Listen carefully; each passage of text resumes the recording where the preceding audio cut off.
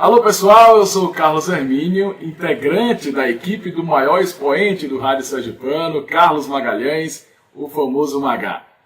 Neste vídeo que vamos apresentar, Carlos Magalhães, no programa Balanço Geral, na Rádio Jornal 540, conversa com o ex-reitor da Universidade Federal de Sergipe, o Dr. Luiz Hermínio, que vai falar sobre o livro O Salvador do 13, de sua autoria. Os detalhes você confere a partir de agora.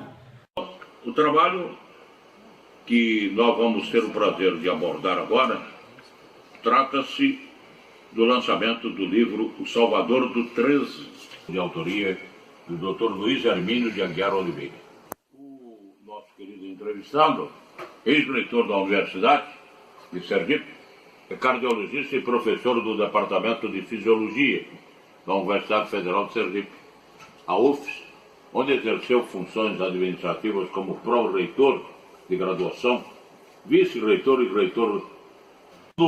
A informação que recebo, esse livro, esta obra, explica o projeto de transformação social dos pequenos agricultores da colônia 13 em Lagarto, e empreendido pelo seu pai, Luiz Alves de Oliveira, na década de 1960.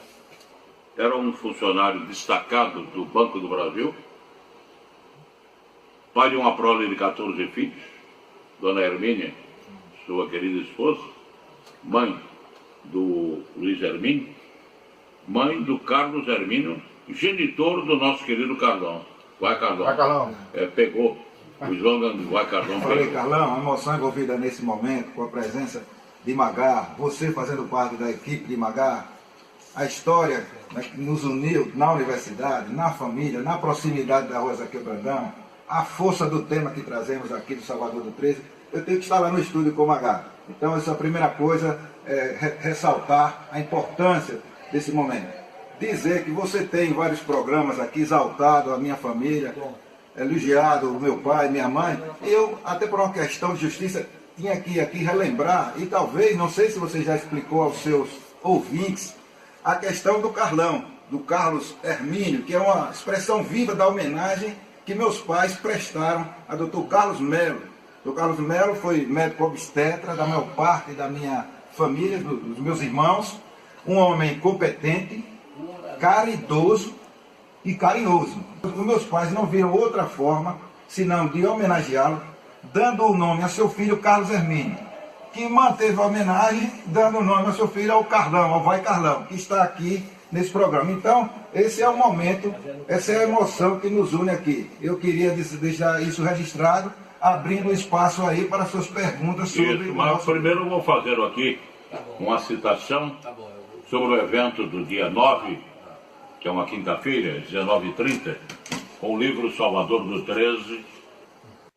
Essa obra descreve a missão do funcionário do Banco do Brasil, Luiz Alves de Oliveira, na recuperação da cooperativa, cujo nome Cooper 13, em Lagarto, estado de Sergipe, na década de 60, que resultou na transformação da colônia 13 na melhor e mais organizada cooperativa de colonização do Nordeste brasileiro. Luiz Hermínio precisou mais do que conhecer o trabalho do seu saudoso pai em memória, entender os fundamentos do desenvolvimento e a dinâmica do cooperativismo. Como é que você chegou a essa conclusão? Existem muitos trabalhos científicos sobre o 13, mas eles focam nos resultados, na transformação que ocorreu no 13. Mas eles não tiveram acesso às informações que eu tive, provenientes do meu pai. Meu pai tinha o hábito salutar de registrar tudo o que pensava, planejava e iria fazer. E esse material, esses apontamentos, assim que ele faleceu, eu tive acesso. E pude então estudar e descobrir que, na verdade, ele fez um plano para a colônia 13, a partir do cenário que ele encontrou. Ele buscou estudar no mundo. Naquela época não existia internet, estamos falando de 1960. Era nas bibliotecas. Então ele vai estudar desde os pioneiros do cooperativismo em Rochdale, na Inglaterra, 1844. Ele vai estudar os kibbutz em Israel e ele então identifica o modelo que deve salvar a cooperativa do 13 é o modelo de desenvolvimento rural integrado. O cooperativismo há de ser o cooperativismo integral. Qual a diferença disso para o seu ouvinte entender? O cooperativismo simples, ele se baseia na questão do desenvolvimento meramente econômico, a produção econômica. O desenvolvimento integrado, o cooperativismo integrado, se preocupa com a qualidade de vida, com o bem-estar do agricultor, com a assistência, com a promoção social, com o desenvolvimento integral da região. Então, o Luiz Alves extrapola as funções para as quais fora designado pelo banco, praticamente fora como um interventor, né, para poder reaver os créditos do banco, os débitos que o agricultor tinha para com o banco, e ele transcende os limites dessa missão por uma questão própria, um ideal próprio, por solidariedade ao pequeno agricultor, e aí ele idealiza, planeja e executa esse projeto revolucionário. A cooperativa do 13, Magalhães, quando foi criada, tinha 23 agricultores. Você sabe quantas pessoas hoje lá? São mais de 20 mil pessoas. Então ela foi considerada o modelo como um exemplo para o Brasil, para o mundo. Nós tivemos expedições vindo dos Estados Unidos, da Alemanha, dentro do Brasil, o Projeto Rondon, universidades, cooperativas, todos vieram visitar esse exemplar modelo de cooperativismo. Então, pelo que eu estou vendo, a sua missão foi de reconstruir passo a passo o trabalho de Luiz Alves de Oliveira, a partir de 2011, quando ele foi homenageado, quando a escola estadual recebeu o seu nome da colônia 13. Na verdade, essa escola era antiga, era a escola de primeiro grau, foi convertida em segundo grau, e como ele é o patrono da escola, né, Colégio Estadual Luiz Alves de Oliveira, todo 7 de setembro, em geral, eles colocam alguma homenagem. Essa de 2011, nós tivemos a oportunidade de comparecer e nós nos emocionamos com o que vimos, nos lembramos da situação de miserabilidade dos anos 60 e ficamos entusiasmados com a exuberância do crescimento do 13. E fomos convidados a desfilar na escola. E quando sentimos a alegria do povo, quando falava o nome dos filhos de Luiz Alves de Oliveira, eu resolvi fazer um esforço de contar para aquelas pessoas e para o mundo o esforço que meu pai, como funcionário de banco, fez para poder só erguer aquela cooperativa. Em verdade, o enfoque maior é do cooperativismo.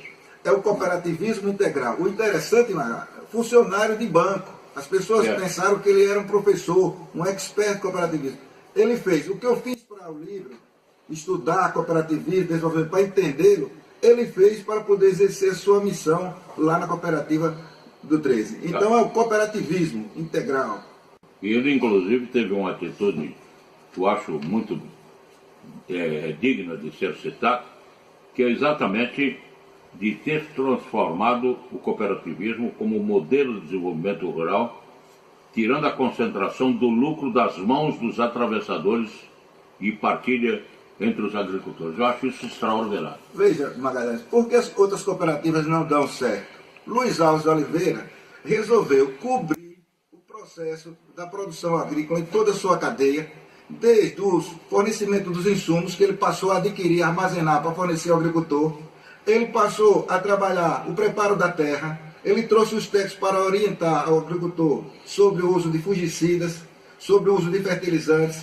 Depois ele mostrou que era necessário técnicos apropriados para armazenar o produto, criou armazéns. Fez antes a mecanização também. A mecanização, usou o trator, usou os instrumentos adequados, depois ele armazena, depois ele vê que precisa de caminhões para comercializar, beneficia, ele cria três marcas de fumo, o fumo Caipora, o fumo Irapuru, o fumo Copper 13, ele viu que tinha que beneficiar lá mesmo na cooperativa, e através de caminhões, ele começa a vender ao norte e nordeste do Brasil, estabelece uma dezena de pontos de venda. Então, com esse processo, evitando o atravessador, então o pequeno produtor tinha ganhos. Com esses ganhos, uma parte ficava destinada à cooperativa como bem comum, para fortalecer a cooperativa, e outra parte era revestida para o cooperado, onde ele queria que o cooperado tivesse casa digna, com água potável, Como tem hoje, né? com luz Tem hoje. elétrica, ter direito. Começou financiando bicicleta, televisão, geladeira. Ele queria que o povo pudesse fazer suas escolhas, os seus direitos de crescimento e vantagem. Por isso que o povo do 13 hoje é um povo exuberante, um povo que busca a alegria, busca a vida, busca o desenvolvimento. Essa semente que meu pai plantou lá na cooperativa. Eu gostaria, inclusive, com o apanhado que eu tenho aqui na mão, de citar uma frase de Luiz Alves sobre o cooperativismo. Ele conseguiu, logicamente, se imbuir da missão que lhe era conferida, dizendo que o cooperativismo pode transformar um bolsão de miséria na maior riqueza da área, desde que quem vá tomar conta dos cooperados saiba ensinar a prática democrática da gestão. Eu achei isso extraordinário, ou seja, ele transferiu para os cooperados tudo aquilo que ele conseguiu reunir, o acervo que ele conseguiu, que foi extraordinário, para fazer o 13 numa cooperativa próspera de desenvolvimento. E tem hoje quantas mil pessoas lá? 20 mil pessoas, mais de 20 mil pessoas. Ele começou com 23. 23. Formidável. Formidável. Magalhães, você colocou um aspecto fundamental no trabalho dele. A educação cooperativista integral. Ele mesmo, toda quarta-feira nas assembleias, ele fazia uma pré-eleição. Então lá ele explicava o que era diálogo, o que era crítica, o que era gestão democrática, os direitos do trabalhador, o que eles podiam cobrar, o que eles deviam fazer para ser bem-sucedido. Então, essas instruções em cima do cooperado fez mudar a sua mentalidade, a sua consciência política e libertou de uma série de opressões da região, e ela se tornou a melhor cooperativa do Nordeste brasileiro. E hoje, nós chamamos de colônia pela história, né? Porque como começou, era uma colônia de pequenos agricultores ali, mas hoje é um povoado que tenta se emancipar, é uma força econômica da região Centro-Sul, lá de Lagarto. Então é praticamente uma cidade, né? Mas isso foi fruto de uma semente bem plantada, bem regada, preparando a mente do agricultor. E é um exemplo para o Brasil, porque hoje o Brasil vive sem esperança, se falando em falta de recursos. Meu pai não era um político, não era um homem poderoso no banco, era o escriturário Letaí, conferente de sessão, não era um técnico de cooperativa. Então era um idealista, era um homem que prezava pela solidariedade humana, um trabalhador dedicado, que, em homenagem ao esforço dos seus irmãos, os agricultores, resolveu dar o melhor da sua vida para resgatar, né, a credibilidade da cooperativa. E serviria de modelo para o Brasil. Isso é para o mundo também, claro. Eu gostaria de dar um testemunho pessoal. Eu conheci seu pai, Dona Hermínia. Aliás, passei a minha infância e juventude ali na Zaqueu Brandão, onde ele morava. Eu acho esse exemplo seu, você cresceu na vida, foi leitor, doutor, em relação ao seu pai, um belo exemplo. Seu pai e sua mãe, Dona Hermínia também, mas não é brincadeira trazer a vida a 14 filhos, não é brincadeira. E depois um detalhe, pela dignidade, o Luiz Alves Herveiro sempre exerceu a sua atividade profissional. É como você disse, era um homem de banco, não é? que nunca se preocupou com muita projeção pessoal, muito pelo contrário, não é? E formou uma família maravilhosa e educou com Dona Hermínia os seus filhos. Daí o exemplo do sucesso, né? E todos formados exercendo atividades profissionais relevantes. A maior parte na área médica e a maior parte também no ensino universitário, né? São Esse doutores, Manuel é. Hermínio, né, na área de endocrinologia, né? Tem a Anitta Hermínio na área de genética, né? Tem a Laíde Hermínio na área de odontologia, hoje pró-reitora da Universidade Federal, né? São vários Hermínios, o Carlos Hermínio, que foi diretor da Codevasf, né? O pai do Carlão, né? Foi. Então, meu pai soube incutir na gente a responsabilidade pelo bem fazer, né? O bem servir, o estudar para servir a sociedade, e não se aproveitar da sociedade. Viu, o meu pai, por onde passou, o que marcou foi a solidariedade. O Banco do Brasil ele foi chamado advogado dos humildes. Não era advogado. Ele pegava as causas difíceis e tentava solucionar para proteger aquele colega que tinha sido prejudicado pela alta direção do banco.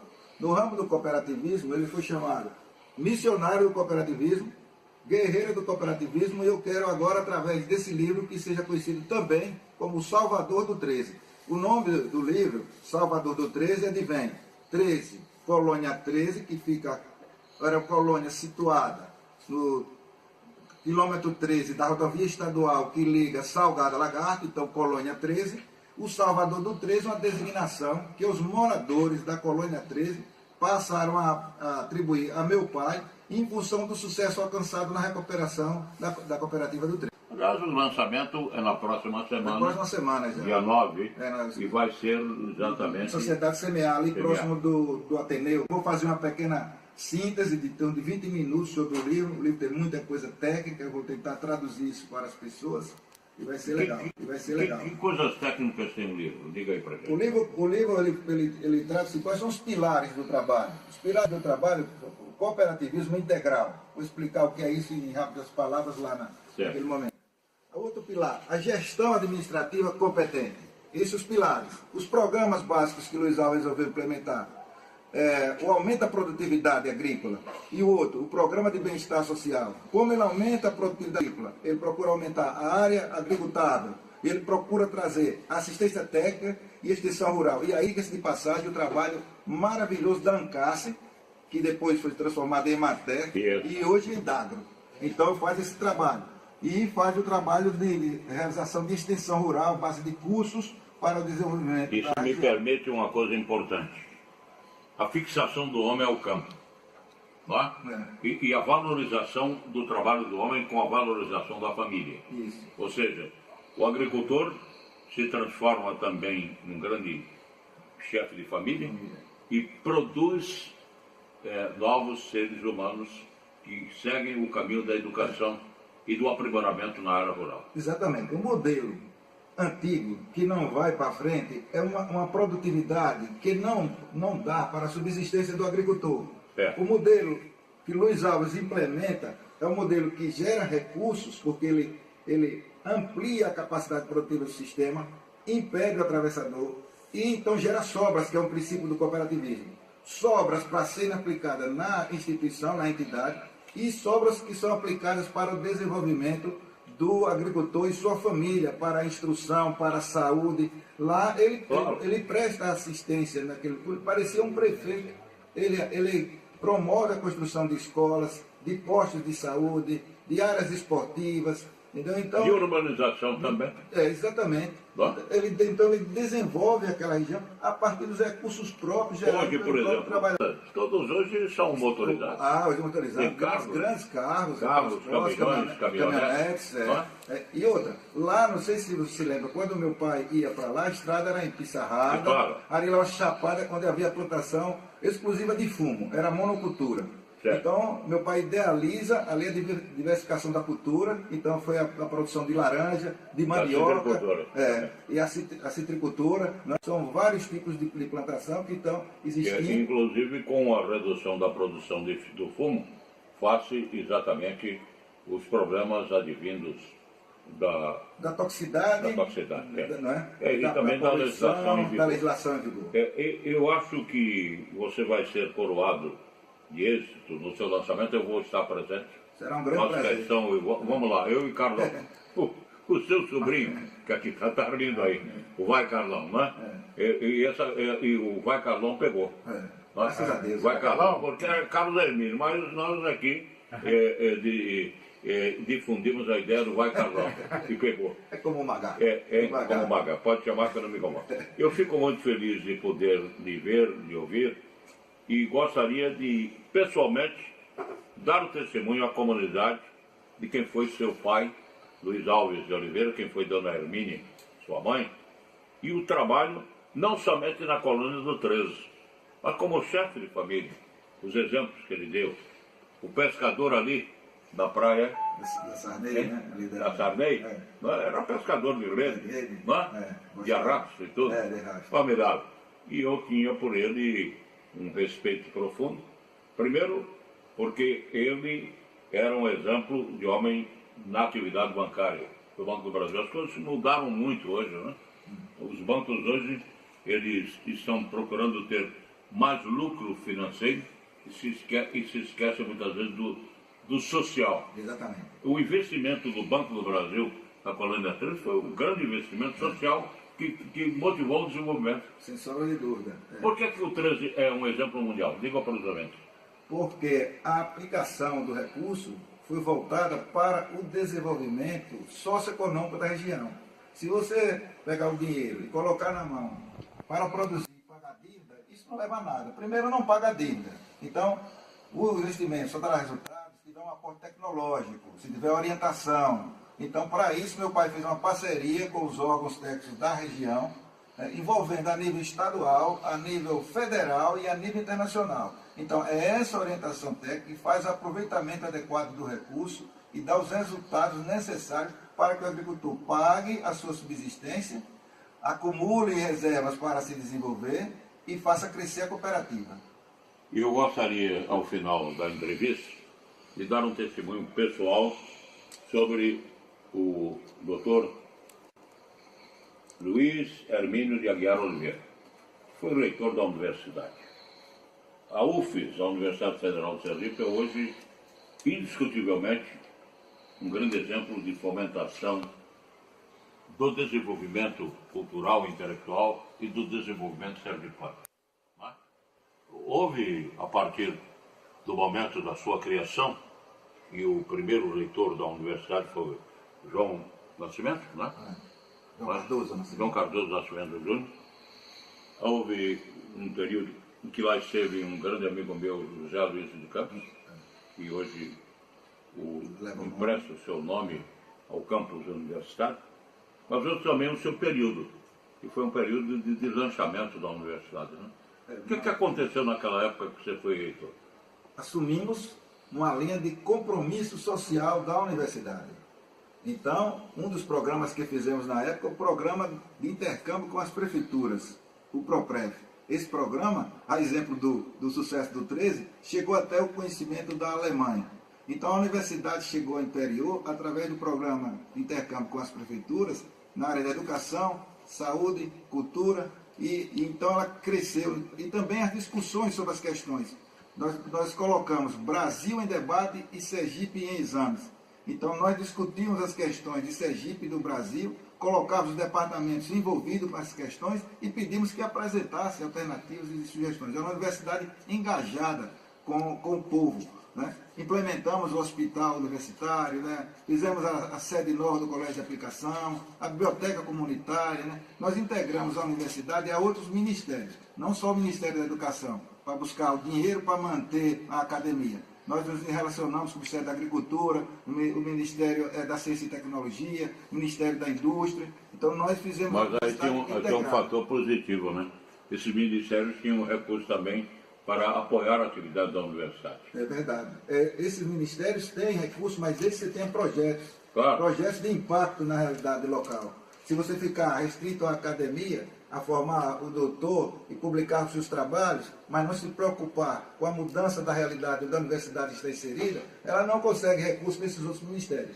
Então, uma característica nossa foi essa, uma integração com vários ministérios de outras áreas para atrair recursos e tentar interferir na realidade local, modificando para melhor a situação do cidadão. E outra coisa positiva, a dignidade no desenvolvimento dos projetos e na aplicação dos recursos. Não tenha dúvida. Que hoje é uma das coisas que nós mais cobramos, nós da sociedade cobramos do mundo político. Você prestar conta, né, corretamente dos recursos que você recebe, com as atividades para os quais foi programado sem nenhum desvio. Isso dá uma tranquilidade ao gestor e à população que confia naquele gestor. E no estágio atual, como é que você vê a Universidade Federal de Sergipe? A Universidade Federal de Sergipe mudou muito, ela cresceu muito, né? Vários cursos da área, cresceu muito na área de pós-graduação, acho que do ponto de vista acadêmico, sem sombra de dúvida, ela cresceu, avançou. Eu acho que a dificuldade que eu sinto atual é essa parte do compromisso social, o comprometimento, o envolvimento com essas questões da realidade local, não só na prática, na discussão política. A gente vê a crise que o país está falando e você carece de ouvir um posicionamento, né, dos reitores sobre essa questão, não há aquela efervescência que existia na minha época, em que as universidades se reuniam e emitiam uma carta à nação, expressava o seu posicionamento, apresentava claramente a sua face. Você acha que isso está faltando no momento? Isso falta e isso é uma transição, naturalmente, né? O governo ele trabalha liberando os recursos de acordo com a sua produção em termos de cursos, né? E certificados, né? E o governo também não incentiva essa parte da contribuição social da instituição, não valoriza. Quer dizer, vivemos uma quadra difícil realmente para os reitores. Eu tive o prazer imenso de recebê-lo, esse magnífico reitor Luiz Hermínio de Aguiar Oliveira, cardiologista, que continua na atividade profissional e que é fruto de Luiz Alves de Oliveira e Dona Hermínia. Eu acho isso muito bonito, quando a família cresce com os exemplos dos seus filhos maiores, do pai, da mãe. Você é um exemplo disso. E o Carlão também, seu sobrinho, que aqui está. E todos, o Carlos Hermínio e seus irmãos todos. Eu quero que abrace a minha colega de atividade profissional, odontóloga. Eu tive o prazer de ser um dos fundadores do curso de odontologia e de ter trabalhado na Universidade Federal, sendo inclusive naquela época chefe do Departamento de Saúde que congregava todos os cursos aqui na Universidade Federal. Meus parabéns, vamos divulgar, eu gostaria, inclusive no Correio da Semana com o Cardão, de divulgar o lançamento do seu livro e obrigado pela distinção de vir pessoalmente. Eu acho isso importantíssimo, é fruto da sua personalidade. Você nos honrou muito no programa. Eu agradeço a generosidade de suas palavras. Você é um ídolo da família, né? Você foi meu dentista, você foi professor, fundador de odontologia. Tive a honra de, como reitor, prestar uma justa homenagem. É um ícone da comunicação, né? E uma alma generosa e muito simpática. E eu adorei estar aqui com você, foi maravilhoso. Muito obrigado aí pelo apoio, Magá. Então, falou aí o autor do Salvador do 13, o reitor, o professor, doutor Luiz Hermínio de Aguiar Oliveira. Muito obrigado, voltamos já, aguardem. Correta. Correta. Corretaço,